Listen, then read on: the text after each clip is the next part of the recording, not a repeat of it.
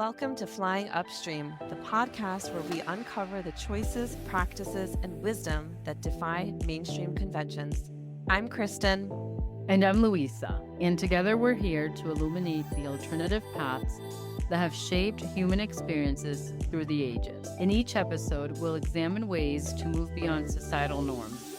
We're passionate about how timeless wisdom and unique lifestyle choices can foster healthier, sustainable, and enriching lives.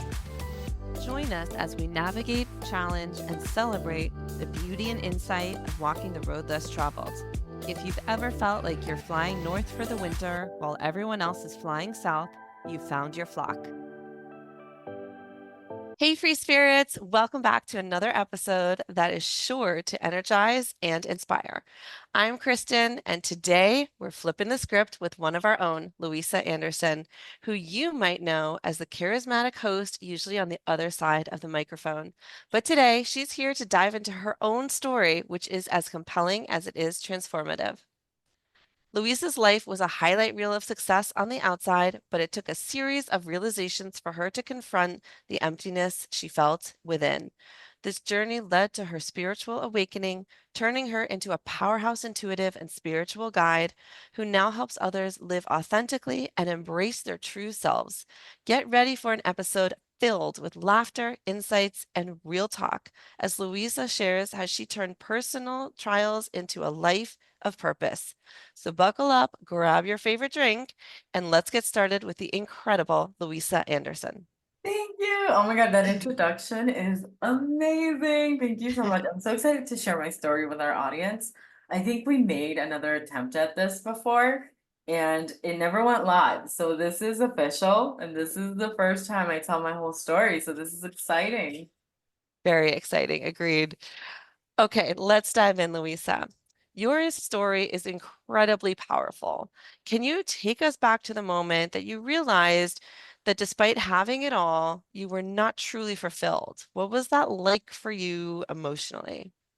Emotionally, I think it was very hard. It was quite devastating to realize that all of the societal norms and all of the social cues that I had followed and that had led me to where I was, they were wrong. They didn't feel right for me, which along the way, you do know, or at least I knew. So I don't think it was necessarily just one moment that made me realize. The moment that I did realize that I was going through a spiritual awakening was, in retrospect, a time frame of about a month when I realized that I was going through an awakening. And what that awakening was bringing up for me was really emotions of really pain, a lot of discomfort, a lot of unknowing, a lot of guilt, a lot of fear. Fear, I would probably say, was the biggest one because it was the realization that even though there was this life that I had built that looked amazing on the outside, the feelings were not the same on the inside. Wow, that must have been a profound turning point for you. How did you start navigating through that initial realization towards seeking a deeper truth? So it's interesting because I think my journey is a little bit unconventional for sure, because the way that I started to navigate through it was really with divine guidance for me was I started to see angel numbers and I just started following the guidance that these angel numbers would pull up for me on Google, as weird as that is. That's how I started to really be able to manage that was not feeling like I was alone. What that led to that I think is quite practical is my creating a playlist, or actually, I think someone shared a playlist with me of YouTube videos that were on mindset work. I started to unknowingly at the time, really just trying to cover up my pain and keep my mind busy with something.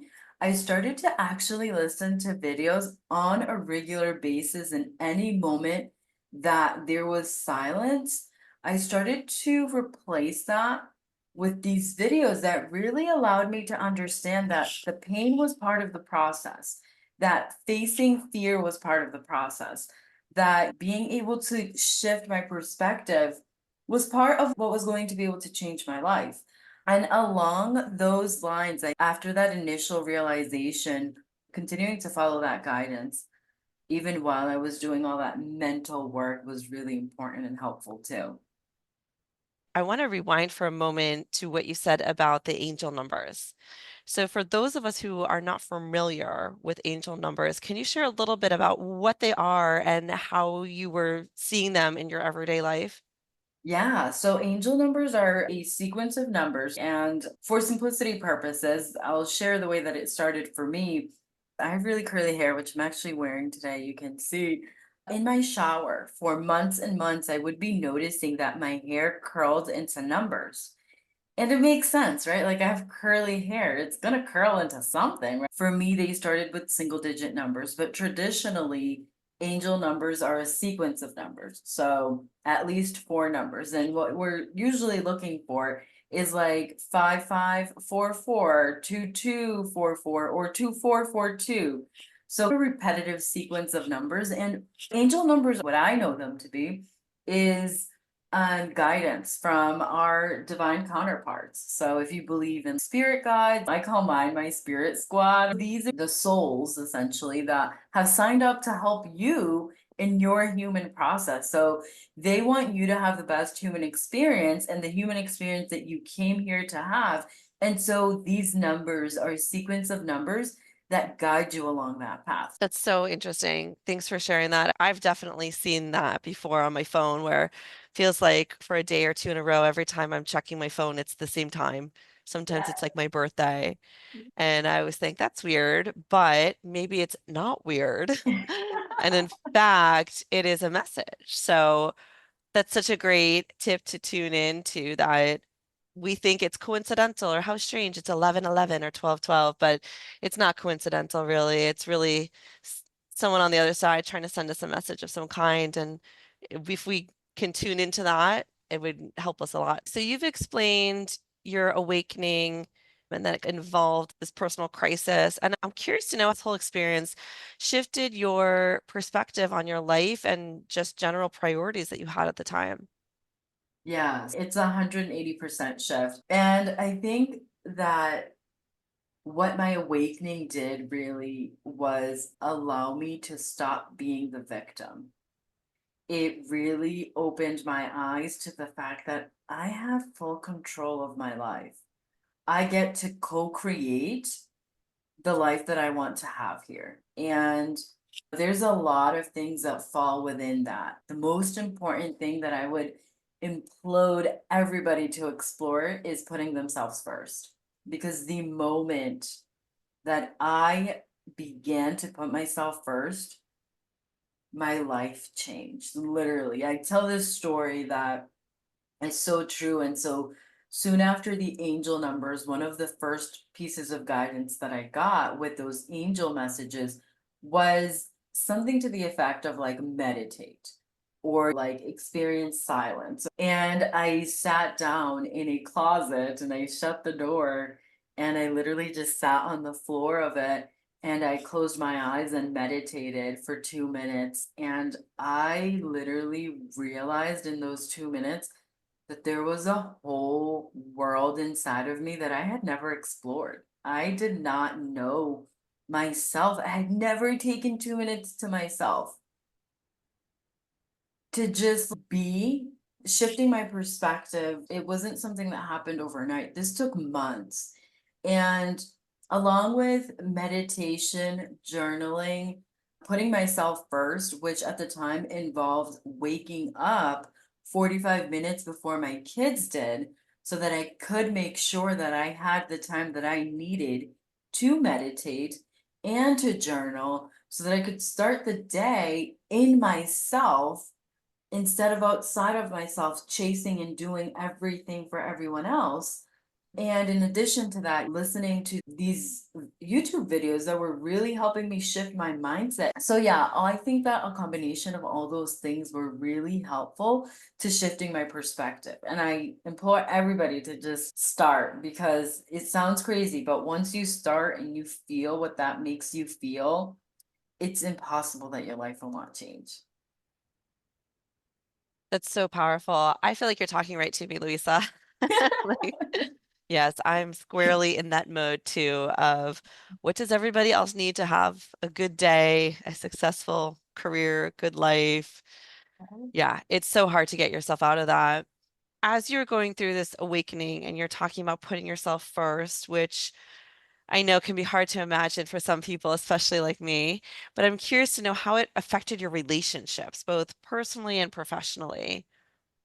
That was one of the big shifts. What started to happen for me at the time was that everyone fell out of my life. And by fell, I mean I purposely disconnected from everyone. I went into what I call my first hermit mode right when I realized my awakening was happening. At the time, I was still living with my partner, who was soon to be my ex partner.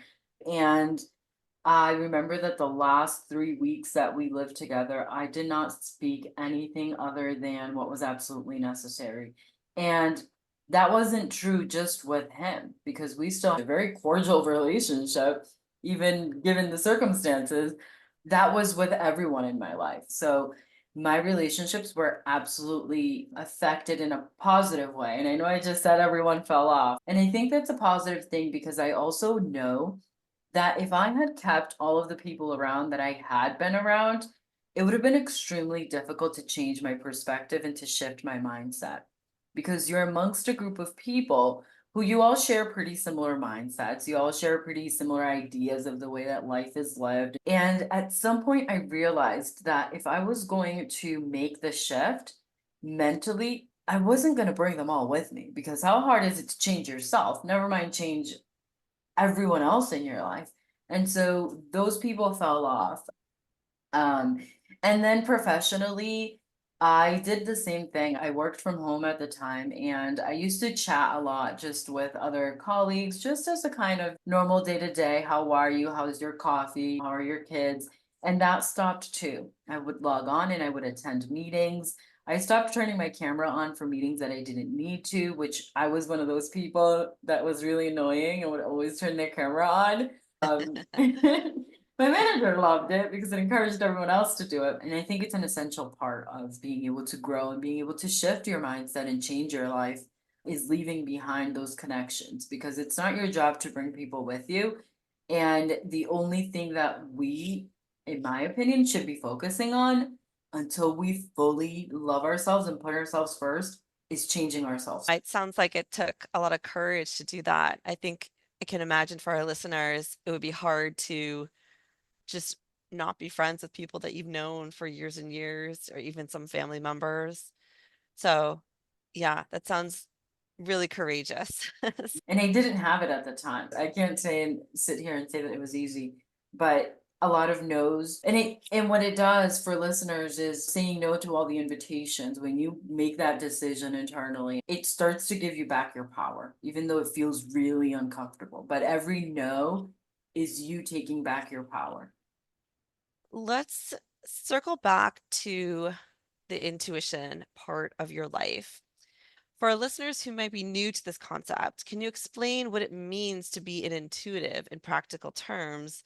And how do you use this gift to help others? So, what intuitive means is those who are really attuned to their intuition. And so that takes silence, that takes being able to listen to yourself, to the very subtle cues that your soul or your higher self is giving to you. What happens is the reason that most of us are not considered intuitive, even though we all have a very present there intuition, is because we're not in tune. We don't silence ourselves enough to be able to listen or feel the very subtle cues. Another part of being an intuitive is when very subtle things. So sometimes when I go out driving, it's am I going to take a right or am I going to take a left? Literally that simple. Can I listen to myself? Can I hear my higher self guiding me as to whether I should take a right or a left? I can. That's an intuitive. Most of us draw that out. We think logically. We use our logical brains to make those decisions. Intuitives are able to very clearly hear those cues. I'm curious if you can share a specific instance where your intuition was particularly impactful in helping someone. I think it's mostly helpful in helping people when I use my clairvoyance. So to this day, this is the best way that I like to help people with it is by using my clairvoyance, closing my eyes and walking someone through what chakras are blocked and having them close their eyes too. And when we do that together, that's the beauty of connection, of the human connection. When we both close our eyes together and we're walking through this visualization, I can literally see with them where their energy centers are blocked. And that is major because if we can identify your blocks, now we know where to start working to get you into alignment to start living your highest timeline in your best life. That is so cool. I think a lot of people would say, wow, you can actually see things in your mind and hear things. Thank you for using that for good, for the power of good. I feel blessed to be able to do that, to be honest. I feel so lucky. Your journey has also led you to create a digital space for healing and growth. What has inspired you to start this platform, and what can people expect to find there? The inspiration to start the platform was the realization that everybody has the ability to heal themselves, much like I did. I think my existence, for the most part, has been very traumatic from the day that my parents found out that they were pregnant with me. And when I went through my spiritual awakening, being able to heal myself, there were no drugs, there was nothing but me, the divine guidance, and just my ability to follow through and listen to the messages, listen to the videos and the action. And so what I realized was if someone like me with as much trauma as me could heal themselves because I had nothing but what I mentioned. People are unable to do this for themselves. And that was the realization that really led me to create a digital space. I believe with every particle in my being that we have the ability to heal ourselves. Of course, I think there's exceptions to that. But that digital platform and what I do today and the way that I help people today was based and formed on the absolute belief that we have the ability to heal ourselves. Everything we need is within ourselves. That is pretty much what inspired me to be able to create this space for people to heal and grow. And the other component was that a lot of empaths feel the way that I felt for most of my life, which was like I'm odd, I'm weird. I always knew I was different, but I didn't know how. And so I never fit in anywhere. And I wanted to create a space for all of us different people to be seen, heard, and loved, and to help each other heal and be nurtured and know that we're not alone.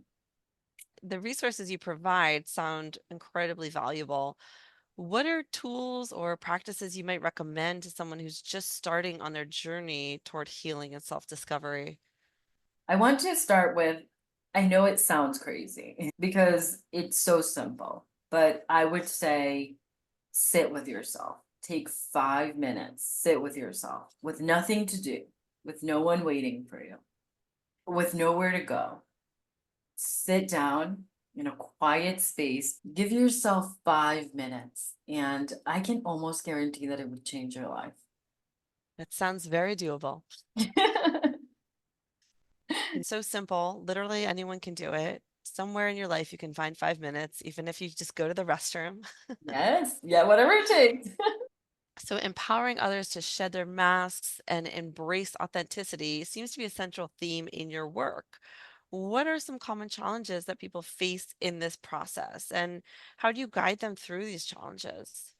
The first one I can think of, the main one is the societal expectations, the way that it's supposed to look. Societal expectations, they're the enemy because I think that's one of the biggest challenges keeping us from being able to express our authentic self is what other people expect our lives to look like, expect us to do, expect us to wear. The best way that I guide people through these challenges is to honestly experience hermit mode. And it's extremely hard. But I think just teaching people and guiding people to put it into practice, the power of no. So guiding people to be able to say no. And one of the main ways that I like to teach this is by asking people to start saying no to one thing each day. We need to start as small as possible. Something really realistic is I have an 8-year-old daughter who I'm very used to opening her car door for her. And I just started saying, no, I'm not going to open the car door. So it's a small thing. Was she upset about it? Absolutely. But you know what? She's over it. She probably doesn't even remember that I used to open the car door for her. And so I think the power of starting to say no to the tiny little things and increasing that until you can say no to a social outing. It is a cry-worthy moment when you're able to say no to a social outing that you really just did not want to go to, but would have otherwise felt pressured to. That is really powerful too, just saying no. So I love how you're saying just try one thing a day. Just dip that little pinky toe in the pool of no. Yes. And then I feel like it's just going to snowball, is what you're saying. You probably get addicted to it. It probably just feels Yeah. so good. So, on a more personal note, how has helping others affected your own healing and personal growth? That's one of the things that I love about working with other people is that it has the ability to bring things to me that I wouldn't have otherwise experienced in my own world, right? Whatever issues they're experiencing in their own lives, they bring to the table to discuss with me to see how I can help. And even if it's something that I haven't experienced before, we both grow from it because I haven't experienced it. And now, as the guide, it forces me to go seek out information about what's the best way to be able to help someone with that. Usually my intuitive nudges just blurt it out before I even have the time to process it mentally. I feel like there is so much growth that happens in working with other people for that reason, because there are experiences and issues that they're having in their own lives that I may not have experienced firsthand. Usually what ends up happening is that I end up journaling about it, asking myself that question and asking myself how that fits into my own life. And 15 journal pages later, I have had this whole new experience that I wouldn't have had otherwise. That's truly inspiring. So, looking ahead, what are some aspirations and goals you have for your work and the community that you're building? What are you up to next? One of the things I'm extremely excited about is I have created this program. It is a coaching one-on-one program in which we are able to use my intuitive skills and my training as a soul realignment practitioner to be able to grab people's blocks and restrictions. So, all of your soul's blocks and restrictions, and an understanding of exactly who you are at soul level, which allows us to know what life you're here to express to have the best human experience. And in that program, we're going to walk through 7 weeks of unblocking that's preventing you from having the best life ever. I'm really excited about this program because I believe the program has the ability to give the same transformation that I experienced after going through my awakening. So I am excited to share that with the world.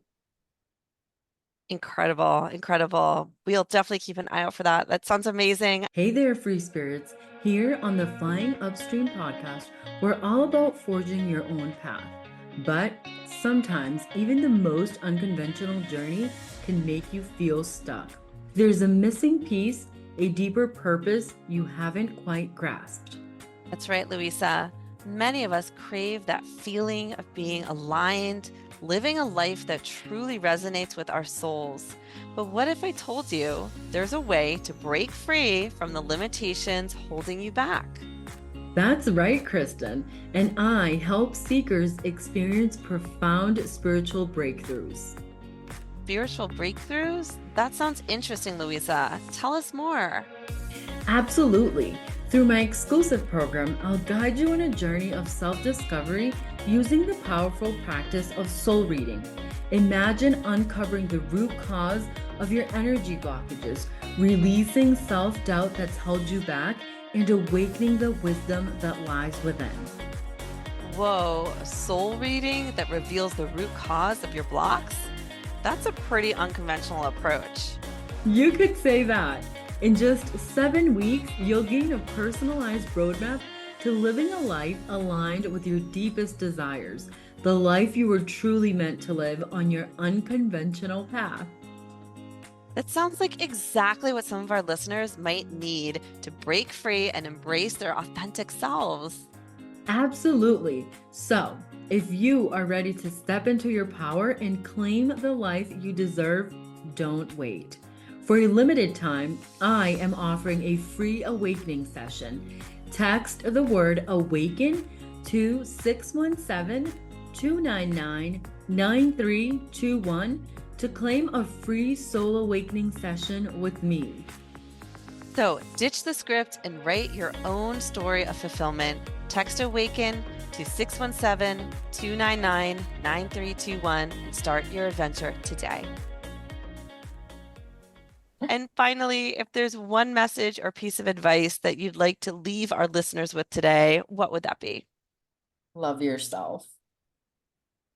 So few words, but so impactful and Fantastic. so true. Yes. Amazing. All right, that's a wrap on this episode with the incredible Luisa Anderson. Luisa, thank you so much for sharing your journey and insights with us. It's been enlightening and truly inspiring. It was wonderful to be here and share my story. Thank you, Kristyn, for doing this. I really appreciate it. I really hope that this story resonates and helps someone out there embrace their own path. Absolutely. I have no doubt it will. And to our listeners, thank you for tuning in. To connect with Luisa, go to her website, theluisaaanderson.com, or follow her on Instagram and Facebook. Remember, the conversation doesn't have to end here. Visit our website for more resources and check out our mini courses for deeper exploration.